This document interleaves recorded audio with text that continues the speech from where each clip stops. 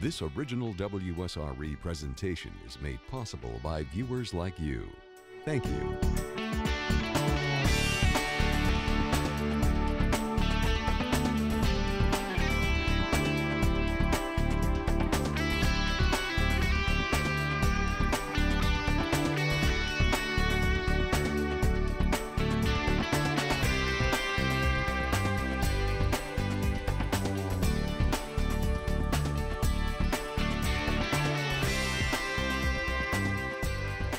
Gulf oil disaster turns Northwest Florida tourism into another disaster.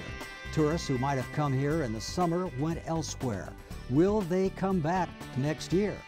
Good evening. Welcome to CTC, Connecting the Community. I'm Lloyd Patterson. Tonight, we're talking about one of the area's crucial industries, the tourism business. And we have with us today the top people in Northwest Florida tourism. Ed Schroeder, longtime head of the Pensacola Convention and Visitors Bureau and Vice President of Tourism Development for the Chamber of Commerce. Mark Bellinger, the top executive of the Emerald Coast Convention and Visitors Bureau, as well as the Tourist Development Council of Okaloosa County, and he's been in the field for some 20-plus years. Kate Wilkes is Executive Director of Santa Rosa County Tourist Development and has been in the field for many years herself, 3 years in this specific field. We welcome you to the program tonight. I'm seeing more smiles on the faces of tourism-related people these days. What a year 2010 has been. It sure has, Lloyd. What started out as looking like the best tourism year that I think any of us have seen on record got turned on its ear on April 20th, and by middle of May we were trying to figure out how do we keep it going. How do you salvage this year, Mark? How do we salvage this year? No, I mean, your reaction to the year of 2010. Is this one you're going to just erase from your calendar? I think we learned a lot, too, from it. I think this was the first time we've been through an oil disaster that we have been through. I know we've probably been through earthquakes or the hurricanes and whatnot, but the not knowing how long it was going to last and not knowing really the impacts when it was going to come and how it was going to affect us. And I just think we learned a lot about the national press and the national media in regards to really the perception that really hit Northwest Florida is pretty much what damaged our economy. Right. I think there's a lot of perception based upon the entire Northwest Florida, what was going on in Louisiana and Mississippi. But we learned a lot, and I think from Okaloosa County and Destin, I could probably speak for the two folks on either side of me, is it brought people together. So we had an oil disaster, we had a major issue, but everyone in the community worked together for a common cause. They brainstormed ideas and they said, this is what we need to do. And I thought that was very fortunate. Well, you mentioned media, and that's one of the things I want to talk about is the social media and what you learned about that from this disaster. But Kate Wilkes, well, it worked so well in a situation like this because we had to act very quickly. We had to let people know every day what was going on because the media made it sound like we were all underwater in oil, and when the people who did come down were shocked that things were like they were. So the social media worked well in that it was instantaneous. We literally took pictures of the beach, but we had timestamps on them and put them on Facebook or whatever every single day to let people know so they could go on and see for themselves. Because you know, you could spend $1 million a day trying to come up against what they show on Good Morning America, and it's not going to work unless you can come up with something equally as graphic. Ed Schroeder, how did social media play to your advantage? It sure did, and we tried to leverage that as best we could to tell the truth about our beaches. Kate's exactly right. There were days where we had 11 national or international media trucks parked out there on Pensacola Beach, and the images they were showing on our beaches, which were clear, were always matched up with scenes from Mississippi and Louisiana, which were a little bit tougher. So we had a huge hurdle to overcome, and social media proved to be one of the best vehicles to do that, because it wasn't just our voice that was sharing the truth about our beaches. It was hundreds and hundreds of people who either live in this community or were down here visiting, and they're telling the story of how beautiful these beaches actually were on the social media. So whether it was Facebook or YouTube or Twitter or Flickr, you choose your favorite. So the old media, if you will, the newspapers, television, the networks, television news, was saying one impression. Was it enough, the social media message, was it enough to counterbalance somewhat? That's a great question. Actually, in our case, we pretty much abandoned print media during the 4 months of the intense effort to get our message out. It had to be pictures, it had to be live, whether it was webcams or the social medias. We were putting out television ads to show our beaches as they are now. Everything had to be current, it had to be truthful, and it had to be visual. And print media doesn't let you do that. Right, and Mark Bellinger, you were all over Flickr and Twitter and every social media you could find during this period, weren't you? Yes, just like Ed had just said, extremely important. You had to do it immediately. It was a public relations blitz that we were being held accountable for 24/7. And in addition to that, we were measuring it. The greatest return on investment that we had during this time period was social media. And we took advantage of it just like Ed and Kate did. You had to, and traditional media had to take a back seat. In fact, I think traditional media overall is probably taking a back seat with the technology that we have these days. But to ditto what Ed just said, it had to be visual, and people had to see the beaches, they had to see the waters. In addition to that, they really had to see what we had beyond the beaches too, all of our other attractions and amenities that we did have to offer. If you just joined us, you're watching Connecting the Community here on WSRE, PBS for the Gulf Coast. I'm Lloyd Patterson. We're talking with the tourism experts of Northwest Florida about the year of 2010, a big disappointment, of course, in many ways, and how 2011 is going to be shaping up. We're talking right now about the role of the social media. You didn't count on major newspapers, television stations to tell your story as much as you were counting on other people to speak for you through YouTube and other tools, right? That's who people were believing. When all they saw on television was a penguin covered with oil, us running an ad showing a clean beach, it was just another ad. So yes, we had to get the word out there that was people would believe in, that they could trust us. And as Ed mentioned earlier too, we did not want people to come to our beach if it was covered with oil. We would never misrepresent. And social media let us do that, get the truth out. And if there was a problem, I'm sure people saw tar balls being cleaned up, but they also knew that by the end of the day they were gone and there weren't any the next day. But the other media was not really interested in showing pictures of beautiful, clean beaches. Well, and in a sense you can understand, Sure. because It's things not news. being normal is not really news right. compared to Of course. the opposite. Has this changed your thinking going forward into 2011 and beyond about how is the wisest use of your tourism dollars? And I know you guys always feel like you never get enough of those, support for tourism. Is there going to be more of a push going into the non-traditional, the social media fields? Well, for us, we were heading down that path anyway. Every year, more and more of our marketing budget is moving into the interactive medias. What this did is accelerate the process. Honestly, Lloyd, I would say in another year or two, you'll see over half our advertising marketing budget devoted to interactive media, whether it's social, beach cams, websites. I mean, we're putting almost half into it right now, but it will be a firm placement of at least 50% of our budget into those media. Now explain how that works, what you're talking about. As opposed to putting an ad on regional television, taking out an ad in a Chicago newspaper or something, you're talking about putting your money into the social media. Where exactly does that money go? What kind of social, what are you buying? Little corner ads on the various pages? What exactly do you get for your money? These guys do a real good job of that, and certainly like to hear what their avenue, and I'll be taking notes on that. Well, go ahead, Mark. Thanks a lot. I appreciate that. I just think with the technology and how quick it is coming about, you got to utilize technology, whether it's 3D now, virtual reality, the social media that we're talking about. There are certain ways that you could tie our technology into with traditional, though, and I'll give you an example. We just went ahead and printed a new visitor's guide, and you have the QR quick response coding that you see. It's It's a barcode that you could do on print, and you tie in your smartphones. And the viewers probably are doing this already to some extent. Go ahead and click on, take a picture of that barcode, and say if one of your hobbies is golfing, and you're on that page, you get the traditional print. Go ahead and click on that barcode on the golf end, and immediately I've started doing behavior marketing using technology.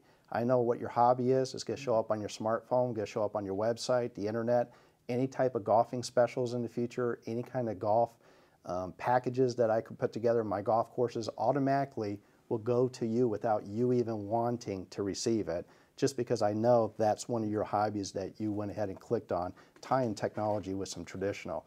But I'll ditto, the majority of my budget is going to be with internet, digital, search engine optimization. You're not, you're pretty much abandoning the standard? No, what I'm going to do, probably about 10 or 15% of my budget would be on traditional marketing, whether it's collateral, if we're talking about collateral or print right now.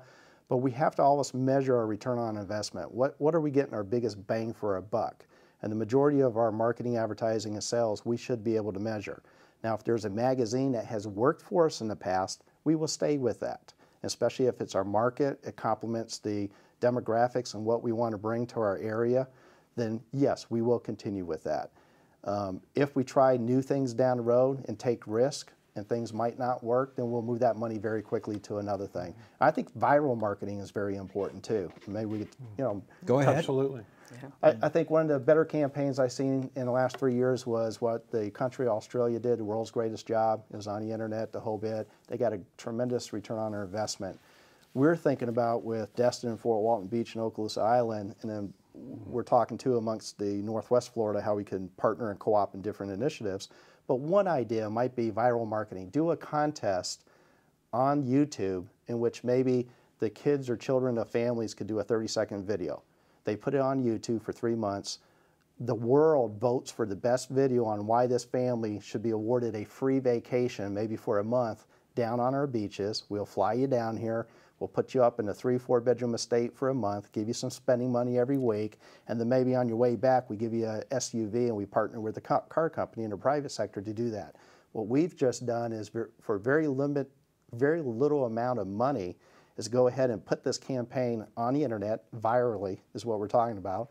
YouTube and the world would run it, pick that family, and then the return on investment, the PR, the editorials, the just the interaction that folks are going to have, it just gets you excited about what the possibilities that there are. What do you think, Ed? The buzz, it The works. buzz, and it does work. Something Kate does real well, and I think we do as well, is you almost don't buy print advertising by itself anymore. Whether you're going into Southern Living or budget travel or Good Housekeeping, wherever you feel you have a market for your print ad buy, that's going to be accompanied by internet buy or an added value buy with that same magazine. So the idea of just placing just a print ad, that's pretty foreign to us now. Even the ads are different. Even the ads that we run are different now, because we don't try to tell a story in the ad. We just try to give an impression and excite people and send them to our website. That's right. Well, you've entered into a new world, and it sounds like you've got a pretty good handle on it. We're talking about the tourism industry in Northwest Florida. As you know, it's such a critical part of our economy here. So many people work in this field. It's big business around the state as well. But in this past year, you've gone through something like if some corn industry or poultry industry got the word that there were some sick animals and you shouldn't eat it, that's sort of the thing that you've had to overcome. Your product has been tainted, and will you be able to overcome this? It seems like there's some evidence that you're seeing so far that the industry is going to be coming back. Yeah, I absolutely believe that. I think we bottomed out in July. Unfortunately, our best month. Month is July. For our county, we make 50% of everything we're going to make in the tourism industry in June, July, and August. That's the Christmas time for retail. That's right. Yeah. And budgets are made or busted in those 3 months. And July was pretty much the bottom of this cycle. And then in August, we started coming back. September, we had a great September. And October looks like it's going to be good. November, December. It looks like we're back on a glide path to where we were about the time this oil spill hit. Great news. So maybe we're looking forward to a better winter and a spring and summer. Certainly, when you get momentum, you can keep it. Right. Mark and Kate, are you on the same glide path with Ed there? Yes, my September was definitely better. A lot of it had to do with the voucher system, but I think people did believe what they were seeing. We showed it to them in real life, and they did believe what they were seeing, and I think they'll come back. We did a lot of advertising that just showed our beautiful white beaches, and I think that continues to remind people, oh yes, Northwest Florida, they have the most beautiful beaches in the world. And I think I don't think we've lost them. I think they just temporarily may have gone to Disney World this year, but they're going to come back for the white beaches. And we do have a lot of variety. We have a lot of other things to do in Northwest Florida. It's not just the beaches, which is something we all had to think a little more about this year than we ever have in the past. You know, the camping and hiking and that type of thing is big in this area. So people know if they come down, and if there is a little problem one day, there's still plenty of other things to do. Well, that's one of the things I was wondering about, is if people who went down, say they're taking their first family vacation, they had planned to come down, but you had like 75% cancellations in reservations. They say, well, let's go over to Jacksonville. Let's go over to St. Augustine instead. They go over there, they like that, they become familiar with the place. That's the place the kids like. Are you going to get those people back? Can you feel fairly confident that those families are going to say, oh, let's go back to Pensacola Beach? I think there's a passion for our area, and I think folks want to come back, and I do believe that our spring and summer next year is going to be very good. And what else this has done, and kudos to the folks sitting on either side of me, I've been very humbled, is that the 7 TDC directors, Tourism Development Council directors, the tourism agencies, we speak on a regular basis, and hopefully we share ideas and benchmark what's working, what's not, some best practices in there. But I think we're turning the corner, just like Kate and Ed had said. We started about a month later than the other counties have. We were able to use our BP grant, our second grant that we received from BP. We all received a second grant a little bit later, about 30 days later than their start. So we start seeing our September and October turn around. Right now. Well, this is big news then, that Northwest Florida is coming back. It's limping maybe a little bit, but coming on fairly strong. Does it bode well? From what you read from the past, does a good September, October, November bode well for the following spring and summer? I think so. And to their points about the recovery, we have great hotels, condos, resorts. They're not going to let their customers lose touch with them. They're going to fight for every one of them. So it's not just our voice that's out there. Our tourism partners in the community are reaching out. They know how to reach the customers that have come here and maybe chose not to come here during the spill. They'll help get them back. I think we have every reason to believe we're going to look better in the spring and the summer. Great. Kate? When we did our voucher system, I, of course, was working with our ad agency to get the word out about the voucher system. And after the vouchers being the free trips to exactly. If they came down, they could get half of the rent off of a condo or a hotel. Well, we wanted to be sure the word got out as quickly as possible, so we had to spend the money rather quickly, as I recall. And all of a sudden, all of our bed tax collectors who were calling with more reservations than we knew what to do with. We canceled all the advertising. They had gotten on the phone and called every one of the persons that canceled, all their people from the year before. It's like Ed said, it's a family. When they start staying with someone in a certain condo, they want to come back. And I canceled all the rest of the advertising because we ran out of money in a few days. Do you feel like BP stepped up and gave you the money you needed to get the job done? It's a start. Go ahead. I would say I think they did a good job. The initial funding was $25 million to the state of Florida.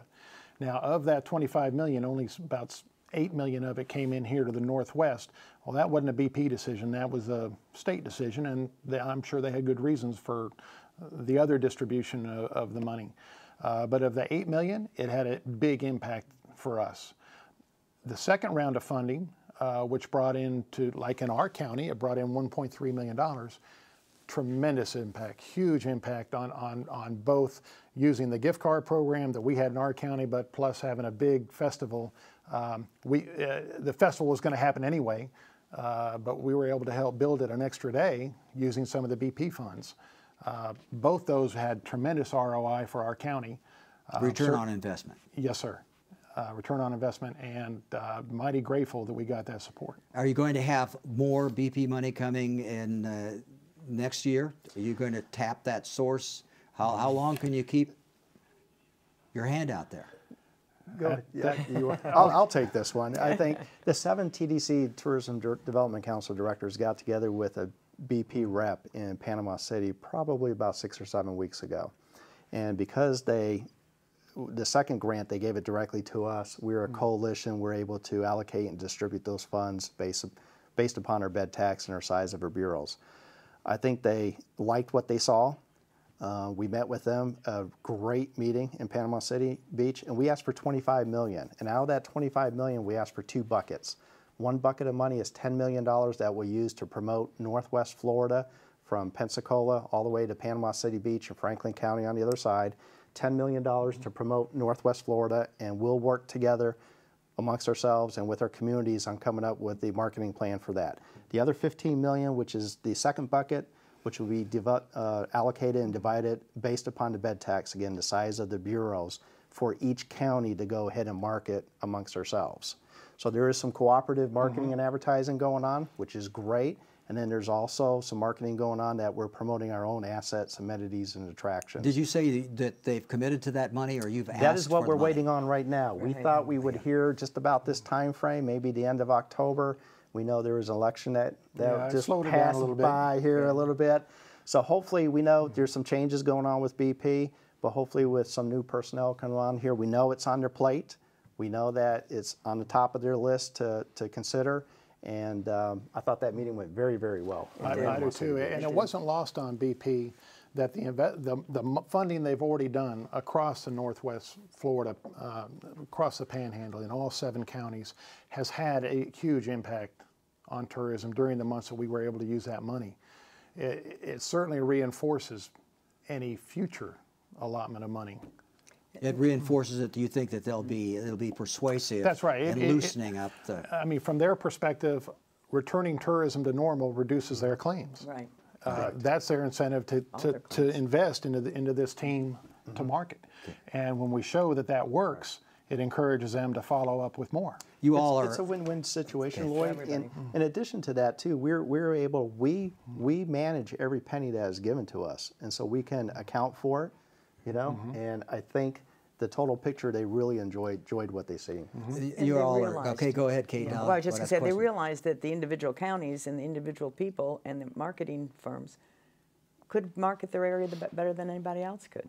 You know, it just they recognized that right from the beginning. The restaurants, the hotel, motel owners, the other businesses that are involved in tourism in the area, have they, since you contact them all the time, you know these people, have they been treated right by BP, do you think?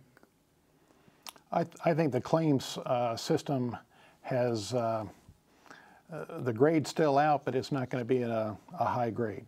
I know that in some of the larger claims, such as hoteliers that are making perhaps 6 to 7 digit claims, they're getting getting 50 cents on the dollar right now with a promise of maybe more later. Other claims are just stuck in the process system. So the individual businesses, I wouldn't say that this has been a good outcome for them yet. It may get good if they can survive till when it does, but right now, not so much. Okay, your thoughts, what kind of feedback are you getting from your tourist industry, your businesses in Okaloosa, Destin, Navarre? I think in our area in Okaloosa County, the last 3 or 4 weeks, we probably have seen more checks being dispersed amongst our businesses from BP, more so than we have seen 3 or 4 months ago. So the activity has increased. Again, I think my one comment would be, I would like to see more consistency in how they determine who gets the money, how much money they get, and based upon what type of paperwork they really are requiring from the businesses. And that's what we've been hearing from our stakeholders. Kate, what are you hearing? Well, I'm hearing the same thing. Sometimes the paperwork they're asking for, it doesn't seem to be relevant. Sometimes people wonder, is it just a stall tactic? I don't think that's the case. I think they're just overwhelmed. The individual, like some of the individual management companies, the smaller management companies, they seem to be getting more results quicker, whereas the bigger the claim, I think the more involved. Are you losing any businesses entirely? Have any that have gone under and they will not be coming back? Sure. Yeah. Sure. Some of the smaller businesses, you know, our destinations are kind of unique in the tourism industry, that a lot of our businesses are homegrown. They're generational businesses that have had generational customers from Birmingham, Atlanta, and where our markets are. Those businesses have had, not those, but a few of those, a very few of those have had to just close their door. They just couldn't make it through this. Now, they may reopen downstream, but right now, they had to cut their losses. Mark Bellinger? Everyone has had to tighten their belts, from the big boys and girls down to the mom and pops and the small businesses. They really have. We've seen a few businesses close their doors. The businesses that have closed the doors have been maybe the fine dining or restaurants. Some specialty retail has closed, and definitely those businesses that really depended on our visiting guests and tourists during the summer season. The businesses that really benefited or that our local and our residents or communities patronized those businesses, they're able to survive a little bit better. But the ones that really, for that 90, 100 days during the summer, that really depended on that for probably the majority of their revenue, those are the ones that are really just, they're going day by day. Santa Rosa County? I think it's pretty much the same. Of course, our area is much smaller, but there have been a couple businesses that closed down, you know, for a while, and like Ed said, hopefully will open again. One has recently opened, and I think the payment of the claims is going to be huge as far as the ones that make it through the winter. Okay, well, the news that I think we can take away from this is, as bad as 2010 was, there is evidence, strong evidence, based on bed tax, et cetera, that this area is coming back, and 2011 could be the strong year that 2010 was going to be. That fair to say? That's certainly our hope. Yeah, that's our hope. Okay, Ed Schroeder, we appreciate your participation. Mark Bellinger from Okaloosa, Dustin, thanks you. Good having you here. Kate Wilkes from Santa Rosa County. Good luck with your efforts, and we appreciate your watching Connecting the Community here on PBS. I'm Lloyd Patterson. Thank you for joining us. Good evening.